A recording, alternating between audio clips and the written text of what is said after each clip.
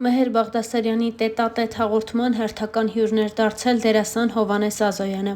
Դերասանը զրույցի ընթացքում խոսել է հեռուստատեսությունից հեռանալու և քաղաքական հայացքների համար քննադատվելու մասին։ Նա մասնավորապես նշել էր հետևյալը. «Պատերազմի արհավիրքից հետո հօդս ցնդեցին այն բոլոր սպասելիքները, որ ունեի, և ինչով ուզում էի զբաղվել։ Կարելի է ասել մեկուսացած եմ։ Պատերազմը ինձ համար շոկ էր, և ընդհանրապես պետք էր այնպես անել, որ պատերազմ չլիներ։ Ցավոք սրտի, այս իշխանությունը դա անել չկարողացավ։ Ես քաղաքականության մեջ հայտնվեցի 2008 թվականի մարտի 1-ից հետո։ Մենք հումորով էինք զբաղվում, և փողոց դուրս եկած մարդիկ ինձ մեղադրում էին, որ մենք չենք տեսնում, թե երկրում ինչ է կատարվում, և զբաղվում էինք կլոունադայով։ Սկսեցի հետաքրքրվել։ Ռեալ քաղաքական կողմնորոշում չունեի, մինչև այդ պահը, երբ քաղաքական հարց լուծելու համար մի խումբ հանցագործներ գնդակահարեցին մարդկանց։ Դա կարմիր գիծ էր, և ես հույս ունեի, որ կլինի հեղափոխություն և այդ արարքը կդատապարտվի։ 2018 թվականին բոլորիս հույսերն այնպիսին էին, որ դրանից հետո մեր սոցիալական, քաղաքական կյանքում կոնտրաստը մեծ կլինի, այնինչ այդքան էլ մեծ չէ։ Հիասթափությունս հենց դա է։ Պարզապես հիասթափվել եմ այսօրվա անփույթ կառավարման ձևից։ Հիասթափվել եմ, քանի որ քաղաքացիական պայմանագրում կան մարդիկ, ովքեր չեն կրում հեղափոխական արժեքներ։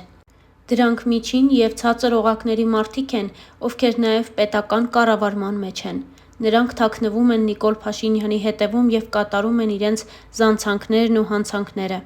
ՔՊ-ն այսօր որդեգրել է ջայլամի քաղաքականություն։ Այն խնդիրները, որոնք բարձրացնում եմ, պատասխան չեն ստանում, արձագանքում են այն խնդիրներին, որոնց ցանկանում են։ Ինձ անհանգստացնում է ոչ էֆեկտիվ կառավարումը, ֆինանսների վատնումը։ Այս իշխանությունը կորցնելու է իր իշխանությունը ներքին սոցիալական խնդիրների պատճառով, բայց չգիտեմ դա երբ է լինելու։ Ես կայացված արտաքին որոշումներից գոհ եմ և կարծում եմ, որ խնդիրը ներքին, սխալ քաղաքականության մեջ է։ Եվ ես գոհ եմ այն որոշումներից, որ պետք է խաղաղություն լինի։ Ես կողմ եմ խաղաղությանը, քանի որ պատերազմը արհավիրք է»։ Դերասան Հովհաննես Ազոյանը այս հարցազրույցի ընթացքում խոսել էր նաև նախկին իշխանություններին քննադատելու, նրանց շարքերում ընկերներ ունենալու և այլ հարցերի մասին։ Ես մի ամբողջ գլխացավանք էի հեռուստատեսության սեփականատիրոջ Միքայել Մինասյանի համար, քանի որ բարձրաձայնում էի հանրապետականների կառավարման անթույլատրելի սխալների և գաղթ մթնոլորտի մասին։ Մեր հարաբերությունները մեկ վատթարանում էին, մեկ լավանում։ Լավանում էր, քանի որ ինքը կարծում էր, որ ես տաղանդավոր մարդ եմ և պետք է ստեղծագործեմ։ Ես էլ ամեն բան անում էի, որ հետաքրքիր մնա մեդիա ոլորտում, որովհետև համարում էի, որ իմ խոսքը պետք է հանրօգուտ լինի, և ես, որպես դերասան, կարող էի խոսել անհանգստացնող թեմաների մասին։ Ես ուզում էի լինել հետաքրքիր, որ իմ խոսքը էֆեկտիվ լիներ։ Ի պատիվ Միքայել Մինասյանի ասեմ, որ այն քննադատությունները, որ ես հնչեցնում էի Սերժ Սարգսյանի իշխանությանը,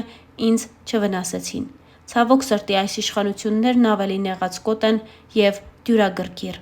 Իր խոսքը եզրափակել էր Հովհաննես Ազոյանը։ Խոսելով անձնական կյանքի մասին, Հովհաննեսը խոսել էր նաև իր բաժանության և երեխաների հետ շփման մասին։ «Երկու աղջիկներիս հետ շփվում եմ, նրանք գալիս են իմ տուն ու շփվում են նաև երկրորդ կնոջս և որդուս հետ։ Բաժանությունը ծանր բան է, հատկապես տղամարդկանց համար», նշել էր Հովհաննես Ազոյանն ու պատմել նաև երկրորդ կնոջ հետ ծանոթության մասին։ Նա պատմել էր այն մասին, որ կնոջ հետ ծանոթացել է Քովիդի և համաճարակի շրջանում։ «Ես երկրորդ անգամ ամուսնացա և հենց պատերազմ սկսվելու օրը՝ 2020 թվականին, ես իմացա, որ սպասում եմ իմ որդու ծնունդին։ Դա կյանքի և մահվան զգացողություն էր միևնույն ժամանակ։ Որդուս ծնունդից հետո ես նրան անվանակոչեցի Լուի Արամ», անկեղծացել էր դերասան Հովհաննես Ազոյանը։ Հարկ է նշել նաև, որ Հովհաննես Ազոյանը վերջին տարիների ընթացքում հարցազրույցների չէր մասնակցում, և սա բացառիկ է իր բնույթով։ Սակայն տարիներ առաջ Հովհաննես Ազոյանը ակտիվ գործունեություն էր ծավալում, մասնակցելով նաև տարբեր հարցազրույցների ու խոսելով իր անձնական կյանքի, իր բնույթի ու գործունեության մասին։ Հովհաննեսը մեկ անգամ նշել էր. «Ներքին ազատությունը ինձ օգնեց, որպեսզի աճ գրանցեմ դերասանական կարիերայում։ Հոգու, մտքի ազատությունն ամեն հարցում կարևոր է, թե անձնական երջանկության և թե կարիերայի համար։ Ազատությունը մարդու կոդերի մեջ է։ Մարդու ճակատագիրը որոշումների շղթա է, բայց որոշումների տեսակը, ձևը կոդերի մեջ է»։ Ես գինի խմել շատ եմ սիրում և օրս սկսում եմ գինով, հայկական գինի եմ շատ սիրում, ոսկեվազն իմ ամենասիրելին է, ֆանտաստիկ գինի է, սկզբում սկսել եմ խմել արտասահմանյան գինիներ, տարբերություններն էի ուզում զգալ, համերի, բույրերի, հետո բացահայտեցի ոսկեվազը, գինին իմ տարերքն է, գինու գիտակ չեմ, բայց սիրահար եմ, անկեղծացել էր նա ու համեմատել կնոջն ու գինին, կինն ու գինին շատ նման են իրենց գայունությամբ, գինին անընդհատ ապրում է պրոցեսի մեջ է, ինչպես և կինը, օրինակ տղամարդն այդպիսին չէ, նա կարող է պրոցեսի մեջ չլինել, անջատել իրեն և միայն որոշ ժամանակ անց միանալ, տղամարդը դժվար է մտնում պրոցեսի մեջ, բայց կինն անընդհատ դրա մեջ է, այդ առումով կինն ու գինին նման են և միասին հաղթում են քաջ հերոսին, ինձ էլ են հաղթել, թե կինը և թե գինին, ինձ դուր են գալիս խելացի կանայք, գեղեցկությունը կարևոր բաղադրիչ է, բայց չի կարող մոռացնել տալ կնոջ հիմարությանը, նույնն է թե գեղեցիկ շշով մատուցվի անհամ գինի, միևնույն ժամանակ հնարավոր է անշուք շշով այնպիսի գինի մատուցվի, որ չամաչես բացահայտել ու խմել, կամ այդ կնոջը բացահայտել ու սիրել, կնոջ խոսքը շատ կարևոր և խոսքերից կարելի է հասկանալ նրա խորությունը, անընդհատ նկարվող կինը հիմար կինն է, ամեն րոպե հեռախոսի մեջ մտած կինը հիմար ու թմրամոլ կին է, որը դատարկաբանությամբ է զբաղվում, իմ հաջորդ կինն այդպիսին չպետք է լինի, հումորով նշել էր դերասանն ու խոսել խանդի մասին, խանդոտ եմ,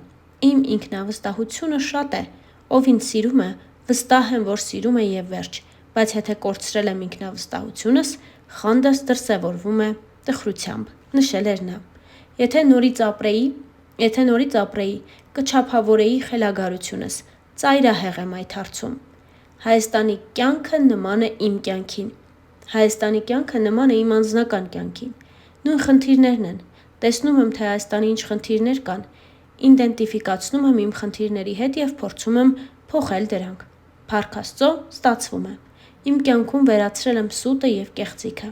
ինքս ինձ հետ ազնիվ եմ վարվում, իմ քայլերն ազնիվ են երկրորդ անձի նկատմամբ, չկա մեկը, ով կասի, թե Հովհաննես Ազոյանը անազնիվ է,